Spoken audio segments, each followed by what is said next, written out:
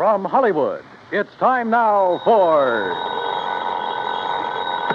Johnny Dollar. Randy Singer, Johnny. Oh, hi, Randy. How's the New York City Police Department these days? Well, the department's fine. Me, I'm not so sure. Well, then maybe I'd better run on down there and cheer you up a bit, huh? Yeah, you'd better come down here on account of Mary Grace Marshall. Hey, how do you know Mary Grace? The point is, you do.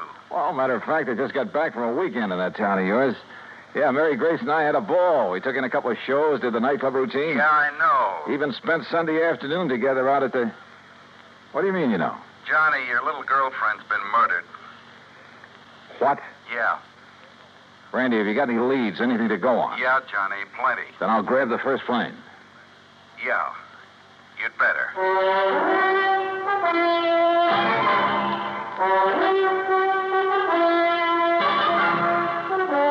Bob Bailey in the exciting adventures of a man with the action-packed expense account. America's fabulous freelance insurance investigator. Yours truly, Johnny Dollar. Act one of yours truly, Johnny Dollar.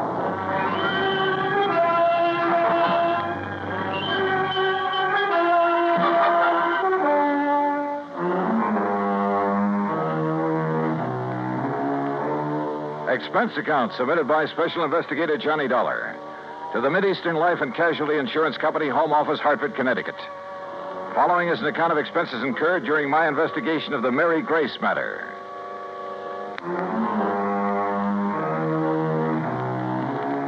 Expense account item 1, 10 cents. Phone call to the airport to reserve a seat on the first plane to New York.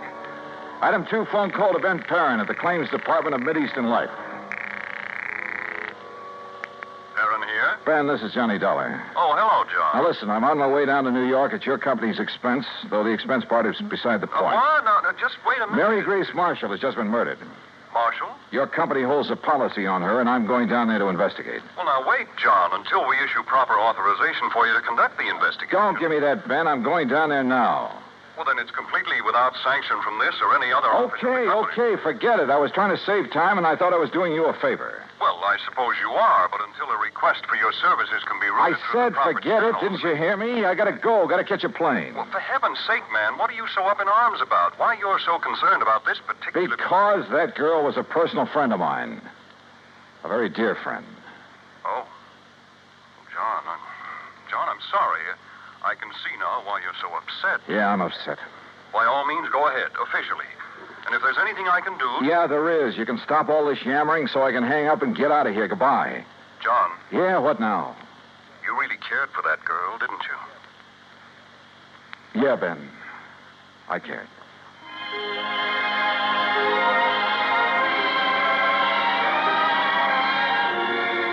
Expense account item 3, 920. Cab to the airport and plane ticket to New York. The trip down there gave me time to think. And thinking about it hurt. Mary Grace Marshall. Tall, brunette, and very beautiful. And as straight a girl as I'd ever known. There was a time a few years ago when I'd hoped she might marry me. But she wanted to stay with her successful career as a fashion designer. And she was right. I'm not the marrying type either. So we just remained friends. We had a lot of fun together. Theaters, dancing, an occasional nightclub. Sometimes the long hair stuff, a recital or the opera. And we'd go to the zoo or the circus, a boxing match or a baseball game. Or just go for a quiet walk in the park. And often just a long, quiet evening in her apartment over a tall, cool drink and good conversation. A goodnight kiss? Sure. But that was all. Now she was gone.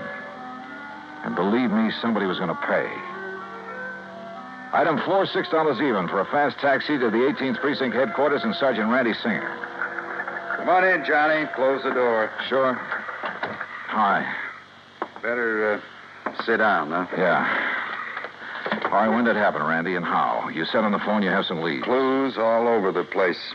They all point toward one person. Oh. Toward the one person known to have been with her at about the time the coroner says she was killed. How was she killed? Struggle. Fell and struck her head on the base of the fireplace. Cigarette, Johnny? Oh, yeah, thanks. Incidentally, so far I've been able to keep this thing out of the papers. Oh? Hey, give me a light, will you? I seem to have forgotten my lighter. Yeah, you have. Here. Thanks. Now, the coroner says she was killed Sunday night, late, What? by somebody who must have spent several hours with her. You said late Sunday night. That's a... Go on, Johnny. Hey, look, stop snapping that lighter and... Wait a minute, where'd you get that? According to all the evidence, it was left behind by whoever murdered Mary Grace Marshall. Here. Look familiar? Are you crazy? This lighter is mine. Yeah, Johnny. I know. And now, Act Two of yours truly, Johnny Dollar, and the Mary Grace Matter.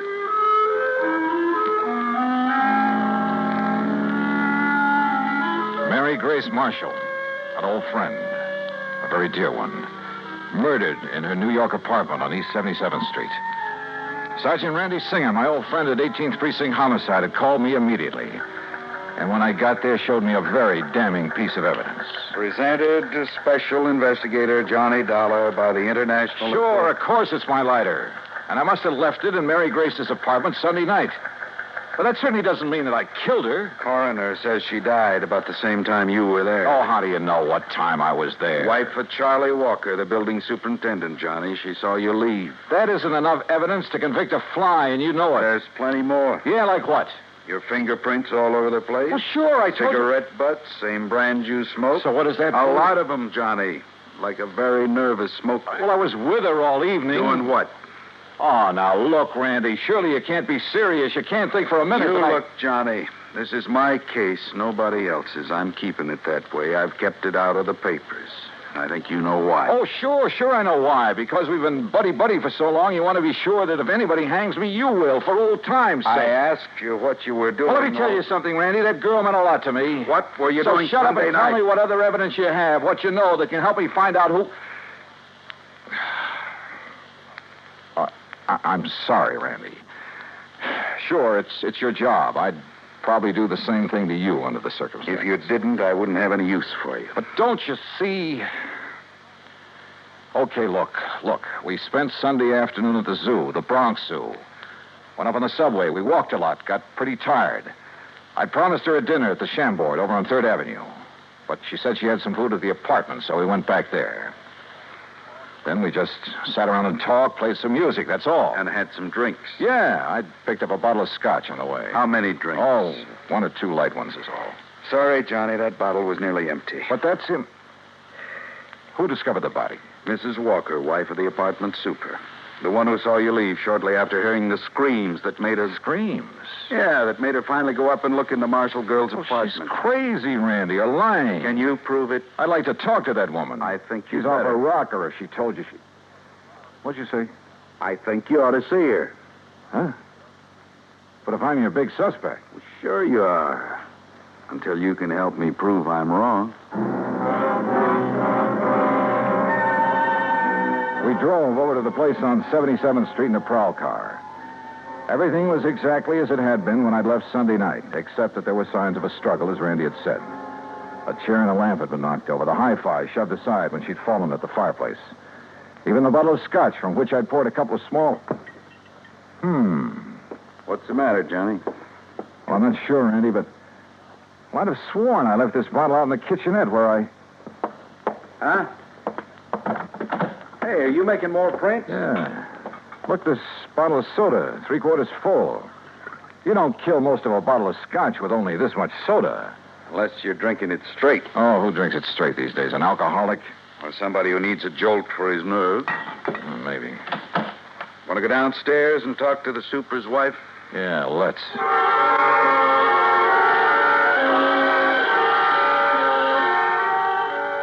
The superintendent's wife turned out to be a living doll. Young, pretty, with too much makeup. The sort who looked like she decided to get out of the chorus line for a quieter life as the wife of a building superintendent. I noticed a peculiar, spicy kind of odor when she first let us in, but thought nothing of it at the time. Now, you're sure this is the man you saw leaving Miss Marshall's apartment, Mrs. Walker? I was standing right here in this doorway. It was after I heard her screaming up there, around midnight. You're sure you heard her scream? Well, my husband heard it first. He woke me up, pounding on the wall between our bedrooms. Well, didn't he get up to investigate? Oh, no, the lazy... Well, he's been sick. He's still sick. But then I heard the screaming, so I run into his room and asked him what to do. Go back to bed and forget it, he says. It's probably just a party upstairs. Then you went up and found the body, huh? Well, first I tried to sleep, but I kept thinking I heard noises. From upstairs? Well, no. You're sure? It was like maybe my husband was getting up or something. Go on. Well, finally, about 2 a.m., I went up to her apartment. When she didn't answer my knock, I let myself in. And there she was, dead. Who called the police, you or your husband? Him? Huh. Besides, I told you he was sick. He still is. I'd like to talk with him. Oh, sure. If he's sober enough. Come on. That was a funny crack. If her husband really was sick. She led us toward the rear of the apartment, and I mistakenly started to enter her bedroom. That peculiar odor again, only more pronounced. And believe me, it was an arpege. Here, mister, this way. Her husband's bedroom was pretty much of a mess, untidy, with pictures of bathing beauties, calendar art, and some striking pictures of Mary Grace Marshall plastered all over the walls. This room had an odor about a tube of stale booze. Here you are, Charlie. No, I tell you, I don't want any more of that stuff. Well, you seem to think it'd make you feel better. I did. What did you... Oh, the cop again. That's right, Mr. Walker. And this is the guy I seen coming down from your girlfriend's apartment after all the screaming. His name's Johnny something. You actually heard screaming up there, Mr. Walker? Yeah, awful racket. Woke me up. Scared me. What do you mean? That poor girl up there. All alone. Only she wasn't alone. But then it stopped. I figured maybe I'd been wrong. Had a nightmare or something. Yeah, sure. A dream about her. You think about me for a change instead of dreaming about that dame. Shut up. Talking about her, dreaming about her, sneaking around to have a look at her when she came in and Shut up, out. I tell you. If you wasn't sick, I think you'd sneaked up there and done her in because you couldn't have her. Sergeant, will you take her out of here? It wouldn't be the first time a drunken bum has killed somebody because... Shut up! Shut up! Mrs. Walker, I thought I told you this man was supposed to be kept quiet. Oh, well, now, look, Doctor, Yet I walk in here and find this sort of thing going on. Go on, all of you.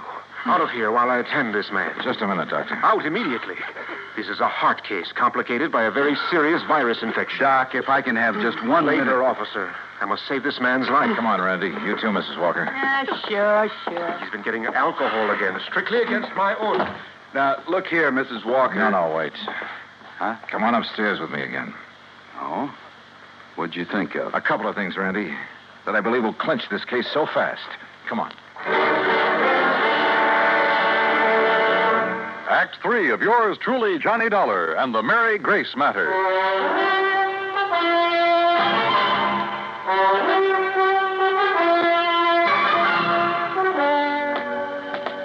What do you mean, clinch the case, Johnny? Didn't you hear enough from Charlie Walker and his wife? Yeah, I heard plenty, Randy. Well, then what's the point of coming back here to the dead girl's apartment? Let me show you something here in the kitchenette. The scotch bottle. You shouldn't pick that up, Johnny. Print. Yeah, prints. And where your boys dusted over them to show them up. But look.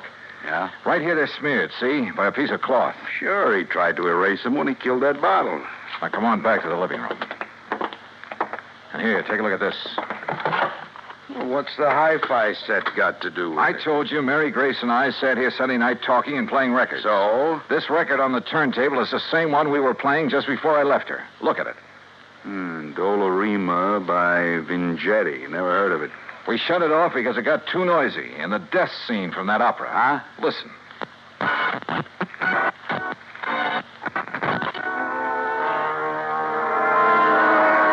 Yeah, here it is.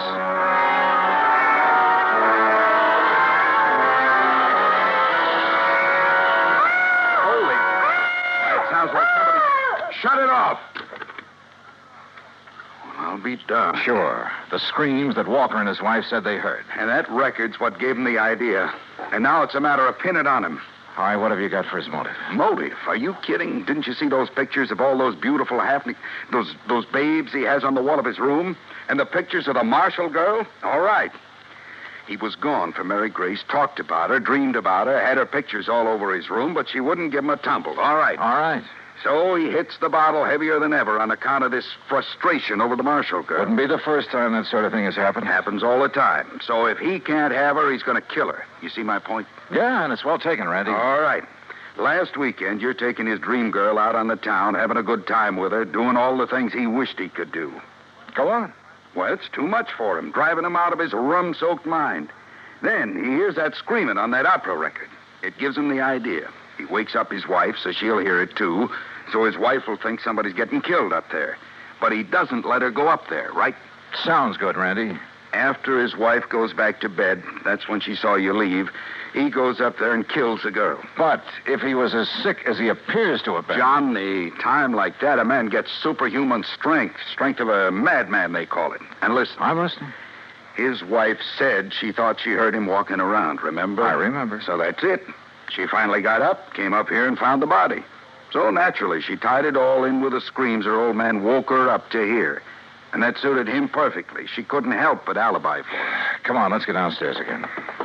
I realize, Johnny, it's all circumstantial, and I still have to pin it on him. Or her. But I'll hold him on suspicion. Or her. The same circumstances would work just as well for Walker's wife if she were the killer. Yeah, but what about the motive? Jealous wife. Jealous of somebody taking that drunken bum out of her hair? That funny odor I noticed about her when I first stepped into this place. I finally remembered what it is. Hey, I noticed that, like a cooking spice. Well, it is sometimes. Cardamom seed. Cardamom? Yeah, they used to call it the drunkard's friend. A man could booze all night, chew a couple of cardamom seeds, kiss his wife goodnight, she'd never be the wiser. Well, I'll be. That odor was so strong in her bedroom that... Well, maybe she's the lush, huh? Hey. And tried to make the same thing out of her husband, on the excuse it would make him feel better. You mean he isn't a heavy drinker, Doctor? No, he is not. Doctor, you said he has a heart condition. A very serious one, complicated by a... Yeah, I know. Could he possibly have got out of bed, climbed those stairs Sunday night, struggled with, and killed someone? The odds against his surviving such a thing are 1,000,000 to 1. 100 million. All right, I heard it all. That means you're going to start accusing me of killing that girl up there. Mrs. Walker, I told you to stay out of your husband's room. Yeah? Well, he's dead, Doc. Dead? I don't know what you give him, but he's dead. Did you give him more liquor? No. But you gave him enough before I came to... Wait here, all of you. Well, you're going to try to pin that Marshall dame on me now that Charlie's gone? You've already pinned it on yourself, Mrs. Walker. What? You thought you'd left no fingerprints on that bottle up there. Well, I didn't. I used a handkerchief. Yeah. That's what I thought. But, no, wait a minute. I didn't mean that. Too late, I'm afraid. Oh, no, it ain't. Put down that gun, Mrs. Walker. All right. So I killed that dame on the second floor. And if I have to kill you,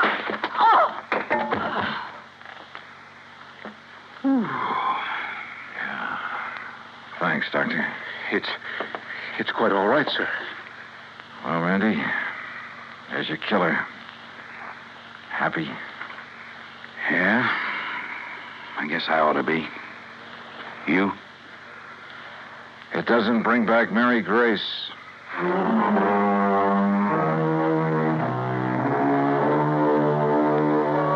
Expense account total, including transportation back to Hartford? No, wait.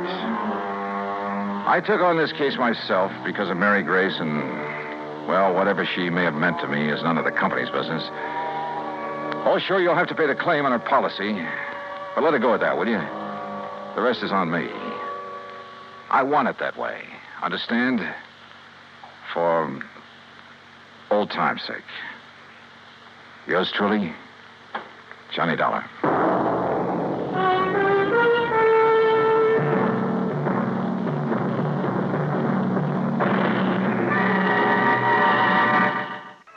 Be sure to join us next week, same time and station, for another exciting story of yours truly, Johnny Dollar. This is Dan Cubberly speaking.